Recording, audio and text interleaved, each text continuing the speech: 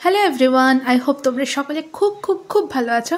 আমিও খুব ভালো আছি। আজকে তোমাদের সঙ্গে শেয়ার করছি বাঁশকুড়ুলের গুদক, যেটা কি না বেঙ্গলিতে বলা হয় বাঁশকুড়ুল, আর ইংলিশে এটাকে বলা হয় ব্যাম্বো শুট। এই রেসিপিটা তোমাদের সঙ্গে আজকে শেয়ার করছি। এটা কিন্তু বেঙ্গলি আর ট্রাইবালদের খুব ফেভারিট একটা ফুড আইটেম। তো এই ডিশটা কীভাবে বানাতে হয় সেটা তোমাদের সঙ্গে শেয়ার করছি। প্রথমে আমি নিয়ে নিচ্ছি 2টা আলু, পটেটো, আর 3টা যেটাকে আমরা সেমি বলা হয়, হিন্দিতে সেমি বলে, এটাকে সিম বলি আমরা। তো এটা নিয়ে নেব, আর একটা পেঁয়াজ নিয়ে নেব। পেঁয়াজটাকে পুলি পুলি করে কেটে নেওয়া যাবে।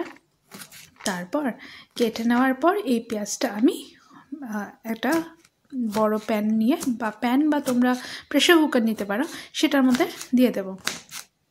সেইভাবে বারিক বারিক করে পেঁয়াজটা কাটা হবে, একদম স্লাইস করে করে পেঁয়াজটা আমি কাটলাম।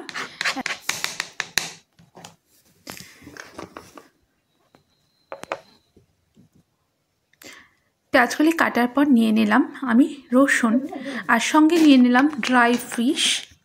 সে রসুনগুলির খোসা ছাড়িয়ে আমি এটাকে একদম পুলি পুলি করে ছোট করে কেটে নিলাম। সবগুলো রসুনকে কাটার পর তারপর আমি ড্রাই ফিশটাকে এটার খোসা ছাড়িয়ে মাথাটা আলাদা করে নিলাম, কারণ এটার মাথাটা যদি পড়ে তাহলে কিন্তু একটু তেতো লাগবে। সো আমি দিয়ে দিলাম ড্রাই ফিশ, আর সঙ্গে গার্লিকগুলো আমি সবগুলো এটার মধ্যে দিয়ে দিলাম। এইটার মধ্যে আমি জল দিয়ে তার সাথে আলু, যেগুলো দেখেছিলেন আলু, আর তার সাথে সিম, ওইগুলি একসাথে দিয়ে দিয়েছিলাম। সঙ্গে মরিচও আমি দিয়ে দিলাম, কিছু আস্ত মরিচ দিয়ে দিলাম, আর কিছু টুকরো করেও দিয়ে দিলাম। এই যে দেখতে পাচ্ছেন, এবং এইটাকে আমি একটু ঘাটিয়ে দিলাম।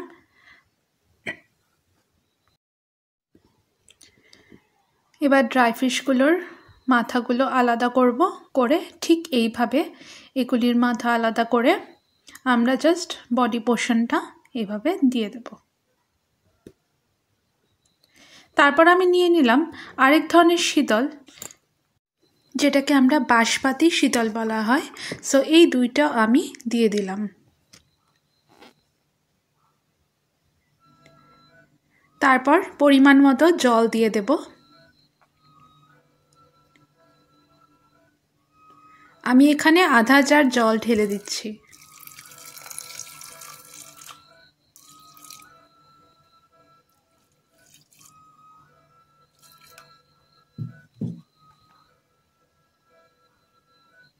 পরিমাণ মতো জল দিয়ে তারপর এটা আমরা আঁচে বসিয়ে দিলাম। একটু পরে পরে নাড়াচাড়া করতে হবে, আর মনে রাখতে হবে প্রেসার কুকারের মুখটা বন্ধ করার কোনো দরকার নেই, কারণ আমাদের একটু পরে পরেই এটাকে একটু নাড়াচাড়া দিতে হবে। সো আমি প্রেসার কুকারের মুখটা ওপেনই রাখলাম। তারপর মনে হলো লাল কালারের মরিচ কিছু লেখা ছিল, যেটাকে আমরা ধান্দা মরিচ বলি। সো এই মরিচগুলি ভীষণ ঝাল হয়, তা আমি এই মরিচগুলি এটার মধ্যে দিয়ে দিলাম। আপনারা পরিমাণ মতো নুন আর মরিচ দেবেন। আমরা একটু ঝাল বেশি খাই, তার জন্য আমি একটু বেশি লঙ্কা দিলাম।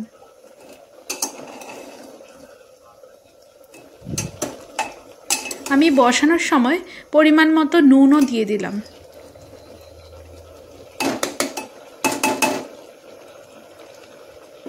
মনে রাখতে হবে যে এটা কিন্তু পুরো সেদ্ধর মধ্যেই হবে, এটাতে কোনো রকম হলদি টলদি আমরা কিছুই দেব না।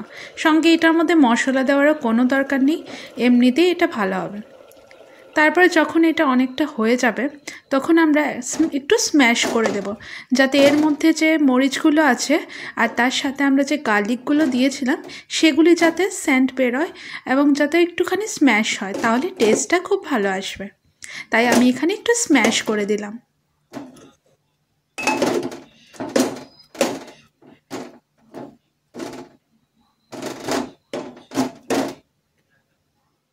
সেইভাবে রেডি হয়ে গেল আমাদের বাঁশকুড়ুলের গুদক। আপনারা নিশ্চয়ই বানাবেন এবং খেয়ে বলবেন কেমন হয়েছে। আই হোপ যে আপনাদের ভিডিওটা ভালো লেগেছে। যদি ভালো লেগে থাকে প্লিজ আমার চ্যানেলটাকে লাইক, শেয়ার অ্যান্ড সাবস্ক্রাইব করে দিন। ভবিষ্যতে আরও নতুন নতুন অনেক সুন্দর সুন্দর ভিডিওসগুলি আমি আপনাদের জন্য নিয়ে আসবো। তার সাথে আপনারা প্লিজ একটু সাপোর্ট দরকার, প্লিজ আমার চ্যানেলটাকে সাবস্ক্রাইব করে দেবেন। Thank you for watching my video. Thank you so much.